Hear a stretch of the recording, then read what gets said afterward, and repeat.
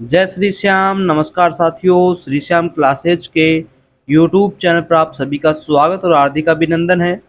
जैसा कि साथियों आप सभी को पता है, श्री श्याम क्लासेज पर आपको वेटनरी से रिलेटेड जो भी आपका एग्जाम हो उससे संबंधित महत्वपूर्ण क्वेश्चंस की क्लासेस दोस्तों कंटिन्यू मिलती रहती हैं।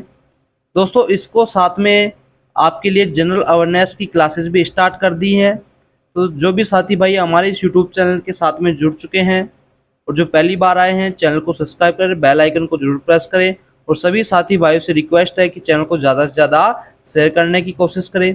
चलिएगा दोस्तों, आज की क्लास का अपना पहला क्वेश्चन देखते हैं कि गायों में सबसे बड़ा ग्रंथि कौन सा होता है? यकृत, अग्नाशय, वर्कक या आमाशय।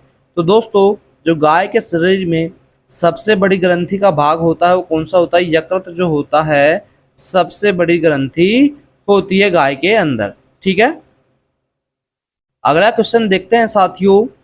पशुओं में लार ग्रंथि का मुख्य कार्य क्या होता है?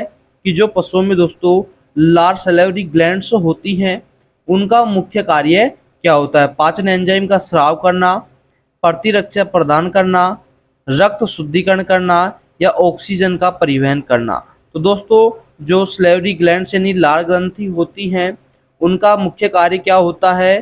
कि पाचन एंजाइम का श्रावण करना ताकि पाचन शुरू हो सके। ठीक है, अगला क्वेश्चन देखिएगा। पशुओं में रूमन किसका हिस्सा होता है? जो पशु होता है, एनिमल्स होते हैं, उनमें जो रूमन होता है वो किसका हिस्सा होता है? श्वसन तंत्र का, पाचन तंत्र का, तंत्रिका तंत्र का या हृदय तंत्र का। दोस्तों जो रूमन है ये डाइजेस्टिव सिस्टम का हिस्सा होता है। किसका हिस्सा होगा? रूमन जो है पाचन तंत्र से दोस्तों इसका हिस्सा होता है। अगला क्वेश्चन देखिएगा। निम्नलिखित में से कौन सा हड्डियों का प्रकार है? लिम्फ, तंत्रिका, अस्थि या पेशी। तो दोस्तों निम्न में से आपको बताना है अस्थियों का प्रकार कौन सा होगा। तो दोस्तों ऑप्शन नंबर सी, अस्थि जो बोन्स हैं ये हड्डियों का प्रकार होती है मेरे साथियों। ठीक है, अगला क्वेश्चन देखिएगा। मवेशियों में आमाशय के कितने भाग होते हैं?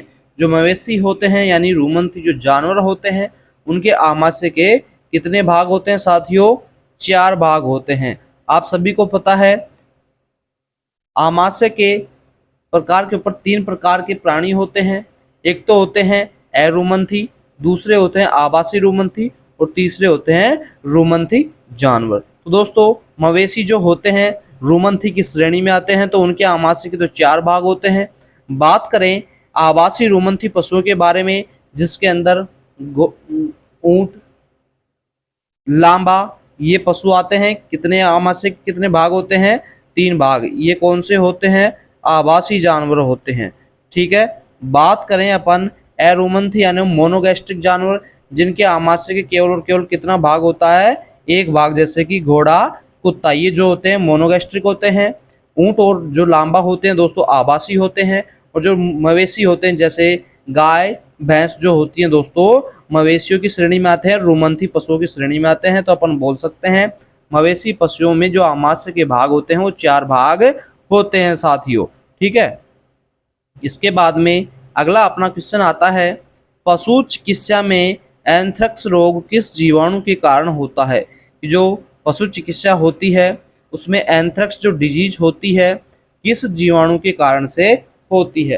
तो दोस्तों जो एंथ्रेक्स डिजीज है ये ब्रेसिलस एंथ्रेक्सिस जो एक जीवाणु होता है जिसके कारण से दोस्तों ये डिजीज होती है। अपन बोल सकते हैं जो एंथ्रेक्स डिजीज है एक प्रकार की बैक्टीरियल डिजीज है जो कि बैसिलस एंथ्रेसिस नामक जीवाणु के कारण से दोस्तों फैलती है या उत्पन्न होती है साथियों।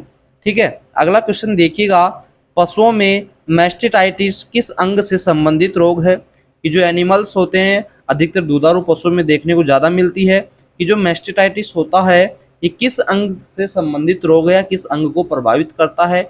यकृत से, आमाशय से, थन से यानी अडर या किडनी से। तो दोस्तों जो मैस्टिटाइटिस होती है पशु के बोवों के अंदर सूजन आ जाती है, रुकावट हो जाती है, तो दोस्तों जो थन अडर से संबंधित यह रोग अर्थात अपन बोल सकते हैं मैस्टिटाइटिस में पशु का कौन सा अंग प्रभावित होता है? राइट आंसर हो जाएगा आयन, या दोस्तों जो थन होता है, अडर होती है, गादी होती है पशु की, वो प्रभावित होती है मैस्टिटाइटिस हो जाने के दौरान। ठीक है, अगला क्वेश्चन देखिएगा साथियों, निम्नलिखित में से किस रोग का टीका पशुओं में लगाया जाता है? फुट एंड माउथ डिजीज का, रेबीज का, ब्रुसेलोसिस का, या ऑल ऑफ दीज उपरोक्त सभी। तो दोस्तों पशुओं के अंदर इन तीनों बीमारियों को लेकर के ही दोस्तों वैक्सीनेशन की जाती है, टीकाकरण की जाती है। तो अपन बोल सकते हैं foot and mouth disease, rabies, brucellosis, इन सभी के लिए पशुओं में दोस्तों नियमित टीकाकरण यानी वैक्सीनेशन की जाती है। उपरोक्त सभी राइट आंसर हो जाएगा साथियों। अगला क्वेश्चन देखेंगे, अगला क्वेश्चन है आपका, निम्नलिखित में से कौन सा परजीवी पालतू पशुओं में सामान्यतः पाया जाता है? कि ऐसा कौन सा पैरासाइट है, परजीवी है जो पालतू पशुओं में सामान्य रूप से पाया जाता है? टिक, मच्छर, तिलचट्टा या मकड़ी। दोस्तों जो टिक्स होते हैं ये नॉर्मली पालतू जानवरों में सामान्यतः आपको देखने को मिलेंगी। तो दोस्तों अपन बोल सकते हैं टिक पैरासाइट ऐसा परजीवी है जो पालतू पशुओं में सामान्यतः देखने को मिलता है। ठीक है, अगला क्वेश्चन देखेंगे साथियों, कौन सा पोषक तत्व गाय और भैंसों में दुग्ध उत्पादन बढ़ाने के लिए सबसे महत्वपूर्ण होता है? कि ऐसा कौन सा पोषक तत्व होता है जो गाय और भैंसों में दोस्तों दुग्ध के उत्पादन को बढ़ाने के लिए सबसे महत्वपूर्ण होता है? विटामिन सी, कार्बोहाइड्रेट, प्रोटीन या दोस्तों फैट। दोस्तों दुग्ध के उत्पादन को बढ़ाने के लिए गाय भैंसों में जो सबसे महत्वपूर्ण उत्पाद होता है तो दोस्तों वो होती है प्रोटीन। क्या होती है? प्रोटीन जो होती है साथियों गाय और भैंसों का दुग्ध उत्पादन बढ़ाने के लिए सबसे महत्वपूर्ण भूमिका निभाती है। ठीक है, अगला क्वेश्चन देखिएगा, एमपीडी किसमें करते हैं? कैटल, डॉग, कैमल या दोस्तों सभी में। तो दोस्तों जो एमपीडी है ये कैटल के अंदर की जाती है, किसके अंदर? जो मवेशी होते हैं, गोवंश होते हैं, उनके अंदर दोस्तों एमपीडी की जाती है। ठीक है, अगला क्वेश्चन देखिएगा साथियों, साधारणतः ऑटोक्लेव में निम्न में से किस ताप, दाब व समय अवधि में वस्तु को निसंक्रमित किया जाता है? कि आपको बताना है कि कौन से ताप, दाब व समय अवधि में ऑटोक्लेव जो उपकरणों को निसंक्रमित करने का एक उपकरण होता है उसके अंदर किया जाता है। यानी जो कोई सा भी आपका औजार हो गया उसको निसंक्रमित करने के लिए आपको ऑटोक्लेव में रखना तो है, लेकिन कितना तो उसका ताप होना चाहिए, कितना उसका दाब होना चाहिए और कितने समय के लिए उसमें रखा जाना चाहिए। तो दोस्तों ये 121 डिग्री सेल्सियस तो इसका दोस्तों तापमान होगा। और दोस्तों अपन बात करें इसकी दाब के बारे में तो 30 पाउंड का इसका दाब होगा। और कितने मिनट के लिए रखेंगे दोस्तों? 15 मिनट के लिए इसको रखा जाएगा। तो अपना राइट आंसर हो जाएगा दोस्तों option number C, 121 degree Celsius. ठीक है, 15 पाउंड का दाब होगा और 15 मिनट के लिए होगा। सॉरी दोस्तों 30 पाउंड का दाब नहीं होगा, 15 पाउंड का ही दाब होगा और 15 मिनट ही होंगी। और टेम्परेचर कितना होगा? 121 डिग्री सेल्सियस के तापमान पर अपन ऑटोक्लेव में रखेंगे। ठीक है, अगला क्वेश्चन देखेंगे, जिस सिस्ट में बाल होते हैं उसे क्या कहते हैं? कि ऐसी सिस्ट जिसके अंदर बाल उपस्थित होते हैं तो दोस्तों उसे कौन सी सिस्ट बोलेंगे?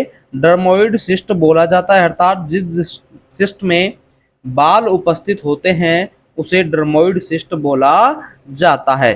ठीक है, अगला क्वेश्चन देखिएगा साथियों, निम्न में से कौन सा अवशोषित धागा होता है? दो प्रकार के धागे होते हैं, एक तो अवशोषित, एक अनवशोषित। तो दोस्तों अवशोषित धागे कौन से होते हैं? जो जहां पर टाके लगाए जाते हैं उसी अंग के द्वारा उनका अवशोषण कर लिया जाता है। कैटगट, डेक्सोन, विक्रेल या उपरोक्त सभी। तो दोस्तों तीनों के तीनों जो धागे हैं ये अवशोषित धागे हैं, अर्थात इनका शोषण हो जाता है। तो दोस्तों उपरोक्त सभी आपका राइट आंसर हो जाएगा। ठीक है, अगला और आज की इस क्लास का अपन लास्ट क्वेश्चन देखेंगे साथियों, सर्जरी के दौरान रक्त रोकने के लिए उपकरण काम में लिया जाता है कि जब सर्जरी की जाती है तो उस दौरान रक्त को रोकने के लिए कौन सा उपकरण काम में लिया जाएगा? Dressing forceps, towel clamp, artery forceps या चीटल फोर्सेप?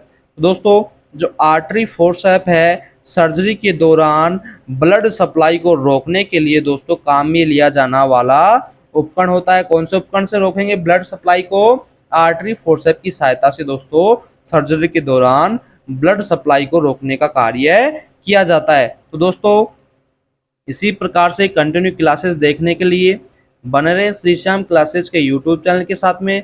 साथियों फिर से बोल रहा हूँ, अपना प्यार और सपोर्ट इसी तरीके से बनाए रखें। ज़्यादा से ज़्यादा दोस्तों क्लासेस को शेयर करें, चैनल को दोस्तों ज़्यादा से ज़्यादा अपने सभी भाइयों के पास में शेयर करने की कोशिश करेंगे। थैंक यू दोस्तों, धन्यवाद। मिलते हैं अपनी एक और नेक्स्ट क्लास में।